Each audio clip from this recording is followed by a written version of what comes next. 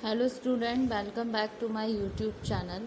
आज के वीडियो में हम ऑडिटिंग में अपना एक नया टॉपिक कवर करेंगे जो कि है आपका टैक्स ऑडिट। बेसिकली जो टर्म होती है टैक्स ऑडिट की वो रेफ़र करती है audit of income and expenses या फिर स्पेसिफिक क्लेम्स ऑफ डिडक्शंस और exemptions for the purpose of assessment of income tax. ठीक है, तो टैक्स ऑडिट क्या होती है, ये इज़ रिक्वायर्ड होता है in addition to financial audit which does not fulfil the specific need of the tax authority. तो tax audit is done by an auditor. Tax audit किसके द्वारा होता है डन? इसी ऑडिटर के द्वारा on behalf of the government. किसके behalf पे? गवर्नमेंट के बिहाफ पर। To make sure that every provisions, ये मेक श्योर करने के लिए कि जो भी प्रत्येक प्रोविज़न जो होता है इनकम टैक्स का has been compiled by the SSC. जो कंपाइल्ड बाय हो रहा है एसएससी के द्वारा। एसएससी कौन होता है? जो कर देता है, करदाता। ठीक है, और not assessment compiled by the SSC और नॉट। तो practically it is not impossible for the income tax department to verify each and every detail of the SSC।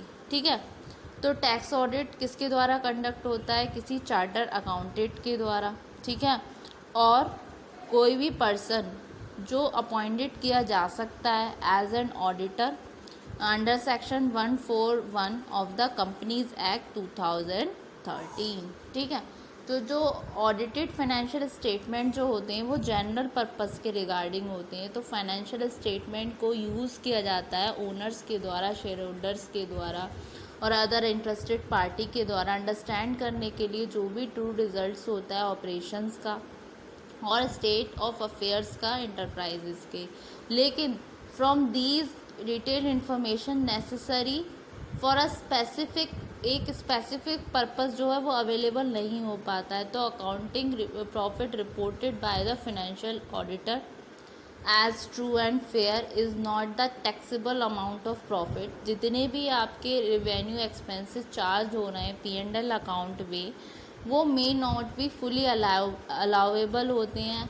ठीक है, as deductible expenses as per tax laws. Again a part of capital expenditure और a part of profit earn is deductible in certain cases. In fact, there are various provisions in the income tax having a bearing on the determination of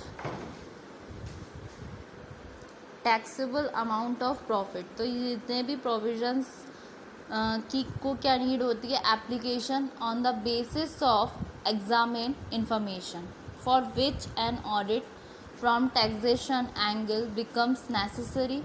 tax audit और tax auditor की report help करती है tax authority को in the correct assessment of income tax. ठीक है, तो provisions जो होते हैं जो एज़ पर रिगार्डिंग होते हैं टैक्स ऑडिटर अंडर सेक्शन है 44AB या फिर इसको बोल सकते हैं हम मैंडेटरी टैक्स ऑडिट। ठीक है, तो according to section 44AB provision relating to compulsory audit are as follows. इसके कुछ पॉइंट्स हैं। ठीक है, फर्स्ट आता है इसका मेन पॉइंट, वो ये आता है कि अगर जो टोटल सेल्स होती है और ग्रॉस रिसीप्ट्स होती है आपकी of a business during the previous year exceeds ₹1 crore. ठीक है, इस कंडीशन में क्या होगा? जब आपकी जो टोटल सेल्स है और आपकी ग्रॉस रिसीप्ट्स हैं किसी बिजनेस के regarding during the previous year अगर ज़्यादा होती हैं आपकी 1 करोड़ से। ठीक है, तो ये इसमें क्या होता है? मैंडेटरी टैक्स ऑडिट होता है। ठीक है, ये प्रोविजंस है मैंडेटरी टैक्स ऑडिट के। फिर सेकंड आता है अगर आपका ग्रॉस रिसीप्ट्स जो है प्रोफेशन की वो एक्सीड्स है आपकी 25 लाख से इन प्रीवियस ईयर। यहाँ पर क्या था?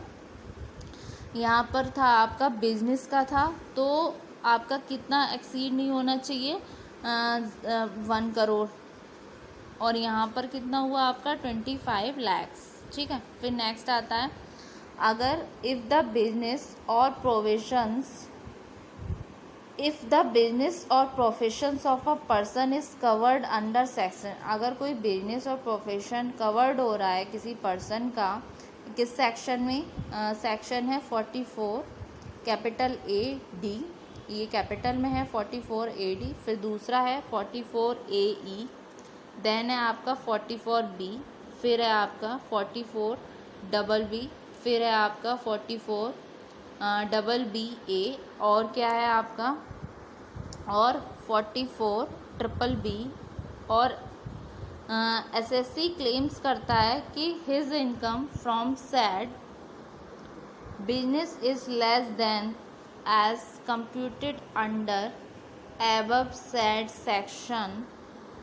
ठीक है, इन सारे केसेस में ऑडिट ऑफ अकाउंट्स क्या हो जाता है आपका, कंपलसरी हो जाता है। ठीक है, तो ये तो हुए इसके प्रोविजंस जो एज रिगार्ड्स हैं आपके tax audit under section 44 A B. तो टैक्स ऑडिट क्या होता है, ये डन बाय होता है किसी भी ऑडिटर के द्वारा। किस बिहाफ पर वो करता है? गवर्नमेंट के बिहाफ पर, मेक श्योर करने के लिए कि जो भी एवरी प्रोविजंस है इनकम टैक्स का वो कंपाइल्ड बाय हो रहा है एसएससी के या नहीं। तो प्रैक्टिकली ये पॉसिबल नहीं है इनकम टैक्स डिपार्टमेंट के लिए कि वो वेरीफाई कर सके ईच और एवरी डिटेल ऑफ एसएससी की। That's why he'll appointed an auditor which have certain qualification. He must be CA or any other person who can be appointed as an auditor as per under section of Companies Act 2013, according to Companies Act 2013 under section 141। ठीक है, तो आज के video में ये इसका concept था tax audit का और इसके रिगार्डिंग ये इसके प्रोविजंस थे। तो होप सो आपको ये वाला लेक्चर समझ आया होगा। नेक्स्ट वीडियो में हम नेक्स्ट टॉपिक को डिस्कस करेंगे। तो अगर इससे रिलेटेड कोई क्वेरी है, कुछ पूछना है तो पूछ सकते हैं। आज के वीडियो में मैंने इस टॉपिक को कवर कर दिया है, टैक्स ऑडिट को। प्रीवियस वाले वीडियो में हमने कॉस्ट ऑडिट को कवर किया था, अभी ये टैक्स ऑडिट हुआ। तो ये इम्पॉर्टेंट है आपके सिलेबस में जो कि ऑडिटिंग में है। ठीक है, तो होप सो स्टूडेंट आपको ये वाला लेक्चर समझ आया होगा और नेक्स्ट वीडियो में हम अपने नेक्स्ट टॉपिक के साथ मिलेंगे।